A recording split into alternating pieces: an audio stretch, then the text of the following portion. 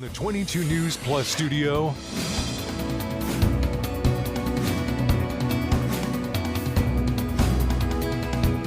This is 22 News in Focus with Patrick Berry. Hello, everyone, and welcome to this edition of InFocus. I am your host, Patrick Berry. I am here today with Jeff Daley, President and CEO of Westmass Development. And this is an organization you probably haven't heard much about, but they haven't been working quietly in the background. What they've been doing is they've been working a lot in the foreground, making Western Mass a better place. Jeff, I want to thank you so very much for joining me today. Thank you. Thanks for having me, Patrick. So let's talk a little bit about Westmass Development, who you are and what you do. So Westmass was created by the Commonwealth of Massachusetts back in the 60s to do real estate and economic development here in Western Mass. We are not a quasi-government or a government company. We're a private 501c6. What's a 501c6? I've heard of 501c3s. Yeah, the way I describe it is basically it's you can't pay dividends to your board. So we can make millions in profit or $20 in profit. We just can't pay out. We have to reinvest it into projects. Oh, okay. So it's a different way to access funds that normally aren't available for private companies that are public or nonprofit, not-for-profits. So what do you do like on a daily basis? Are you rehabbing and redeveloping properties? Or are you seeking them out? What happens on a daily basis? A lot of the above. People may know, one of our largest projects is currently going on, Ludlow Mills redevelopment, which is about 1.8 million square feet of mill space on 180 acres. We've invested with the help of some grants as well as some of our own capital over probably $20 million in the last 5 or 6 years. Most recently, about $12 million into new infrastructure, replacing all of the underground, not pretty stuff you don't see. It's the water, the sewer, the electrical, to make it a better place for our tenants. We have currently about 180 apartments there. We're looking to bring on another additional 200 to 250 in our biggest mill, which is Mill 11. Most of the folks in the Ludlow area, I'm sure, have driven by in the last 10 months, the Ludlow Mills and the clock tower, which hadn't worked in years and years, decades, is now up and running. It's got the beautiful glow at night, and it actually tells the time, not just twice a day, but every hour, every minute of every day. I love it. So it's exciting, and those little things pay back to the community, and that's really what we do. We create jobs, we create housing, we create tax revenue, but we also are part of the community where we go. And over the years, we've done 10 or 12 industrial and commercial business parks, about 10,000 acres in total. So it's not just residential. You're doing residential, industrial, business parks. Residential is actually our smallest section of what we do. Mostly it's industrial, commercial, and business. We partner with wind development at the Ludlow Mills, and we help accommodate them to make the project affordable for housing there. We are diving into housing a little bit more now because there's such a need, and that's what we do. So you'll see more and more projects coming online, hopefully with a mixed use of housing and commercial development and real estate. Now, does the organization work up and down the Pioneer Valley, Springfield metro area? What's your catchment area? Where do you? We are focused on the 4 counties in Western Mass. All 4, even Berkshire. So we've done not a lot of work in the Berkshires, but I've been up there a few times. We're looking at a couple different properties, but just some of the bigger industrial parks that we've done over the last 50 years. Agawam Industrial Park, a Summit Block in Westfield, the Yankee Candle in Deerfield, that whole industrial park up there. Chicopee River Business Park, Hadley up near UMass, and Amherst, Hadley Business Park. So we've kind of got the whole area, and we don't go to the Berkshires as much or up in the northern county, but we're working on that. We're trying to get up there more. Is the reason you don't head to Berkshire County or Franklin County a limitation of staffing or opportunity? What kind of holds you back from going to those 2 areas? I think it's a little of both. I think the opportunity certainly is there for the Berkshire County and Franklin and Hampshire counties. We do focus a lot in Hampden County, but certainly we spread our wings a little bit. But as you get further away from the metro centers, it becomes more and more challenging for projects. One of our specialties that people look at us is something like the Ludlow Mills. Right. Can you come in and redevelop these massive mills that are in our community, been shut down for 50 years, loaded with asbestos, loaded with oils? That takes a lot of money and a lot of time, as you can imagine, and as anybody can imagine. So it really does restrict our scope of projects that we can do because there's only so many big projects you can do. So do you do just big projects, or are you No, looking at smaller? I'm trying to get an idea of the yeah, scope of like the acreage or the square footage that yeah, you folks work on. we do everything from 400 acres down to we own a property on Bridge Street in Springfield, the Innovation Center. Okay. We took over, developed Springfield about a year and a half ago. It was a close to defunct organization. And, we looked at it and we said, hey, we can help here. There was tax credits that were outstanding. They were pre-awarded, but they were never delivered. So there was a lot of outstanding debt on the building.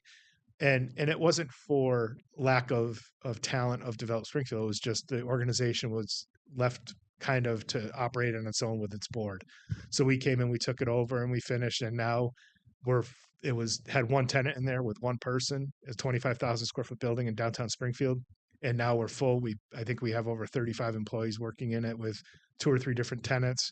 One of the bigger ones that people know is the Community Foundation. They're in there. Yeah. And a couple engineering, environmental, and also some real estate offices are in there as well. So do you maintain ownership of the properties after development, or do you, remediate them from the asbestos, the lead, all that other stuff, Yep. and then get them habitable, whether it's for business or living, and then sell the property off? So it's a mix, Patrick. It really is, and it depends on what the project is. Some of the larger projects, it's more challenging for us to carry the operating expenses every month, joint venture with somebody or partner with somebody. But the smaller projects, we can carry. Cash flow is critically important, as you know, to business. And a lot of those rents can create the cash flow for us to go into other projects with. If we just sell everything, we'll eventually be sold out and we'll be doing nothing. So it's a real fine balance of what we can handle as a team versus what we can offload pretty quickly and make some quick cash and turn it into other projects, or keep it long term to keep the cash flow going month after month. Fascinating.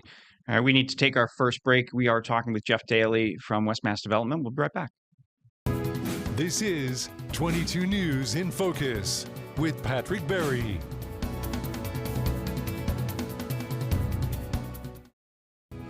This is 22 News in Focus with Patrick Berry. We are back now with Jeff Daley, President and CEO of Westmass Development, and we're talking about a possible project that might be taking place in Munson, you said, right, Jeff? Yeah. So the governor, one of her initiatives this past couple of years was to dispose of properties that the state owned that weren't being used anymore. They were basically abandoned. And part of that property program was Munson Development Center. And Munson Development Center was, as we all know, or we don't know, was a hospital used back in the 30s and 40s up until about 2010 by the state for mental health patients. Patients. And it's an old, dilapidated facility. It's been closed for many years. In fact, the last 15 or 20, there's no power, no water, nothing to the buildings. There's over 40 buildings on 105 acres. There are more than 40 buildings on that property? There are, yeah. And all of them are they're run down. Yeah, they're not. Most of them have that big red X for the fire department. Don't go in. Yeah, it's unfortunate because I think if the state invested a little money, they probably could have saved quite a bit of those buildings, because it's a beautiful campus, Patrick. I mean, I've stood up on the top road that's there, drove up, and you look down and it's beautiful. But right now, the campus, as you can imagine, gets a lot of attraction from ghost hunters and things like that. So the police are there. We have 24-hour security there. But the governor put this initiative out, and we were already talking to DCAM about potentially taking this property. And we came to an agreement that not only will Westmass take the property, but they also will fund the demolition. And it's millions for the demolition. It has to be done. These buildings can't be saved. We're looking at saving maybe 2 or 3. Okay. The community is very sensitive to these buildings. Number one, they're ugly. They're old buildings, all boarded windows. But number two, Patrick, you said it's a mental health facility. Back in the 30s and 40s, things weren't always like Not they a are lot today. of great memories of that No, property. and it's similar to Belchertown, Northampton, a couple down the eastern part of the state. So my goal going in with my team was we're not going to keep anything that resembles those buildings. There are 2 or 3 buildings that are newer and they're really nice. One of them, ironically, is called the Daley Center. And Patrick, I'm petitioning that we're going to save that because that's a great name. You have it on the side of Exactly. the wall. Do you know which Daley it was named after? We're not going to talk about that. But anyways, no, but it's a beautiful building. It's like 25,000 square feet or more. It's got an indoor basketball court, full court. It's got bowling lanes in the Wow. basement. It's got a really neat community stage with all the lighting and the stuff you would use in something like this Like facility. a theater, yeah. And we think that's going to be a really cool amenity for the community to use, and partnering with the town of Munson. And we've talked to them about it. There's a couple others that we'll look at keeping, but maybe not. But the rest will come down. Okay, so you saved those few buildings, but what is the rest of what's the vision of the rest of the property? What do you foresee the other buildings and the use of it, 10, 15 years from now? So I think there's, one of the things that I've talked about to the city council or town council, and I've talked to in front of the town folks as well as the administration and my team in the state, is we need to respect the fabric of Munson. Munson is one of those smaller communities, Patrick, that, as you know, it's a little farming community. A lot of great people live there. And, we don't want to disrupt that, if you will. We're not going to come in and just blaze buildings down and start throwing up other buildings. We want to really get a good comprehensive plan together as to how we can manage the property, develop it with a focus on working with the community and respecting the community. And also at the end of the day, making a couple bucks so that we can operate the community. You mentioned community a lot in that bite there. Do you have town meetings? Do you go to the town administrators into their public meetings and explain to them what you want to do? Do you bring in the public? How does that work? So, the one thing that I always try to remind people is we are a private company. We're, if the town wants 50 soccer fields, we're not going to do that because we still have to make the pencil and also make right. You're not there to lose money. Right. Yeah. So we are a private developer in that sense, but we're also community focused. So yeah, I had a meeting probably a month and a half ago now. It's the city council or town council wanted me to come in, and they actually gave me about a half hour with them asking questions. And they joked because they said our town meeting doesn't even have this many people at it. So there's interest, and I'm excited about that because you want the community to hear your vision. Right. You want to take what the community can give you to create that vision. And then hopefully at the end of the day, it all molds together into one really cool project, not only for us as the developer, but the people that are going to live there, work there as a mixed use development, but also the community, because they're going to see it, they're going to use it. And that's real important to us, is to make sure that same thing at Ludlow Mills. And we've turned that in from, an asbestos ridden basically warehouse of 1 million square feet into 190 apartments with 250 more. As I said before, that's a $300 million potential investment we're making into Ludlow. And then there's really great businesses there. Iron Duke Brewery's Right. there. There's a children's workout facility, Movement Terrain. Okay. There's machine shops there where the old school machining, these guys are in and ladies are in, working hard every day. And our community went from storing lawnmowers in the off season and plows in the off season to really a thriving community of 35, 40 businesses and over 120 apartments, 190 apartments. So going back in time, when did you get the green light from the state to move forward with this project? For Munson, it was June of this year. So just recently. Yeah. Okay. So now let's fast forward. Yeah. When do you think, shovels will hit the ground, or if maybe they already have? And then when do you think it's done? It's over, and people are living there and enjoying and utilizing the facility? I chuckle, Patrick, because something like Ludlow, we always say, when's it going to be done? It's never done. It really is. True. Massive projects like this, especially out here in Western Mass, where it's a lot harder to do things. Munson, we're on track. We've hired an engineering firm to come in and start looking at not only the infrastructure. There's a bridge that we need to rebuild to make it passable for DOT standards. Every building has asbestos. Some has some oil tanks. Some has some platform considerations for environmental. So all of that, and with demolition, So we'll kind of envelope those together as kind of the pre-development work. By June of 2027, all of that work will be done. Wow. So So that's less than 2 years from now. 18 months from now, that site should be 95% complete. What our attraction is going to be sooner than that, because we want to start developing as soon as we can. Right. If people see opportunities there, we want them to come talk to us about it. Real opportunities, not I have a pipe dream and I just got to raise $50,000, but developers that may want to do housing. We want to do housing there. Munson hasn't had much new housing stock, Right. and these folks in Munson, Patrick, are super committed to Munson, and it's awesome to Yeah. see. They don't want They to leave. love their town. They may not want the big farmhouse that they had raising their children, but they don't want to leave. Right now, the inventory is so low, there's really nothing there for them. So that's kind of the problem that we're looking at, is how can we solve that? How can we make those families, whether it's an older couple or an older person, be comfortable, whether it's a ranch house or a condominium, but also importantly, new families that want to come in and raise their children so they can Right. experience a place like Munson. And then also the economic development part of it, where we'll do some commercial development and some maybe potentially some retail. We are pretty close to downtown Palmer, so they're also going to They'll get a benefit real as well. Right. benefit from it. So we're really developing it for two communities and also the surrounding communities, and it's just going to be a great project when it's done. I will say that probably within a 10 to 12-year time frame, Okay. a lot of this could be built out. Very good. Very good. You're listening to Jeff Daley, President and CEO of Westmass Development. We need to take another break. We'll be right back after this. This is 22 News in Focus with Patrick Berry.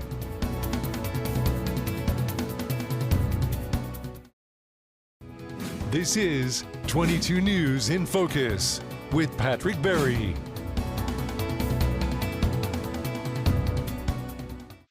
We are back here with InFocus. This week, we're talking with President and CEO of Westmass Development, Jeff Daley, talking about some of the projects they have done here in Western Mass, and also on the horizon. We were just talking a moment ago about the Munson project, and you're thinking, probably a dozen years from now, so probably in 2037. While that sounds a long time ago, a dozen years ago was 2013. That wasn't that long ago, exactly, So time does fly.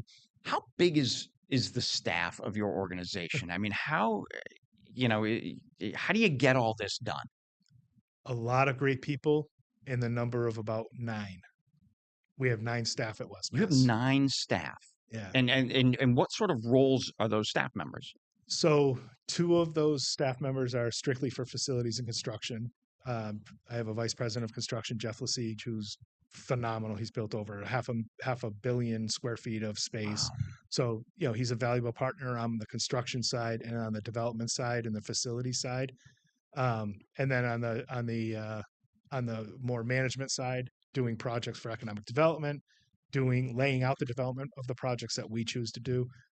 One of your favorite people, Dan Knappich, we brought him on in March, and he's just a tremendous asset to the team. And my right-hand person since we started at this in 2019, Sarah LaCour, who's retiring at the end of the year. She's more of the development layout. She's a landscape architect, so she does a lot of the laying out of the projects as we look at them. And then we got support staff and the finance people and everybody. So there's 9 of us, and we do a whole lot of stuff. But I'm super proud of the team we have, and quite honestly, they're as dedicated and more passionate about this stuff as I am. So that it doesn't sound like there's anybody on staff that's actually working a backhoe. So how does all that happen? So you get the money from the state or federal government or wherever the money might come from, and then you outsource the project to local businesses? For those types of developments, what happens, like the asbestos stuff at Munson and the demo, those will all come from state funding. Okay. Yeah, we would outsource them to local businesses, put them out to bid. Again, we're not a state agency, so we can go out to bid and work with local people. We don't require the lowest to be the best. It's whoever can do the work the best, and we judge that. And then a lot of the redevelopment stuff that we do is private funded. So we go out and get our own capital, partners with banks like Westfield Bank and others. I don't know if I'm supposed to plug, but they're always great partners. And we have, a lot of people that can contribute, and the capital stacks become real as these projects. And again, you and I talked quickly at break. These aren't $4, $5, $6 million projects. These are hundreds of millions or tens of millions projects. So it takes a lot of thought and a lot of effort from not only myself, but my team, our accountants, our lawyers, the banks, of really putting together strong pro formas, which kind of project out what the capital is over the years to make these work. Because as everybody knows, and it's so frustrating, it's so hard to make things pencil in Massachusetts. Getting a little easier with some of the programs that the administration and the previous administration roll out. But that's, it's going to probably bring me into my next point of conversation before we hang up here is I think it's super important for communities and developers alike to know this is what we do. We come out and work with them. If it's not our specific project, like a Ludlow Mills or Munson or Chicopee River Business Park, those types of things that we can develop on our own, we work with developers and we work with communities to help them through the process of not only finding people, figuring out if projects could work for the town, but also putting the economic development piece in there of, okay, does this work in the town? If we create a site and somebody just the fact that you can create something doesn't mean it's going to work. Right. So we within our 9 people, we have really talented gentleman, Sean O'Donnell, who really puts together these data driven programs that we are hired by towns and communities across Western Mass. That's one thing that we are up in the Berkshires doing. They come in and say, hey, we've got a bunch of acres. We want to make it an industrial park or commercial park or housing. Will it work?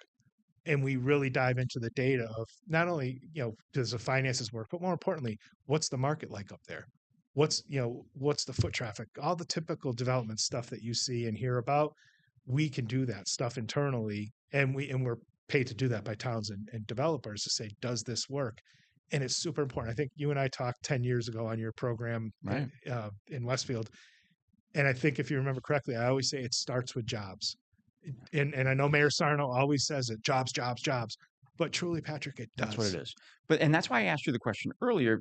There's no one on your staff that's working a backhoe because you're creating other jobs with these projects. So there's local construction companies, whether it's heavy equipment operators or painters, drywallers, plumbers, electricians, all those people have work because of what you're doing. Absolutely. And that's something we're very, very proud of. We calculated over the last 30 or 40 years, we've created just ourselves over 15,000 new jobs. That's not even the construction company that comes in and builds. It's creating new jobs between the development of the business parks, companies bringing on additional people to help run the companies. For instance, it's a sensitive subject, so I don't want to get too far into it. But I'm sure you've heard, the data center potential in Westfield. Right. We were the lead person on that team. The developers and the smart people, we'll say, hired us to come in and say, how can we best make this attractive?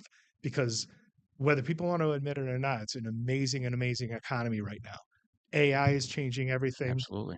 Biotech is changing everything. And those are 2 really strong segments of Massachusetts as a whole. But I want to see it out here in Western Mass because we've got to create our own out here in Western Mass. And the data center, you mentioned ancillary jobs, that's like 1,800 construction folks for 12 years. And then it creates about 1,500 additional jobs to support it when it's up.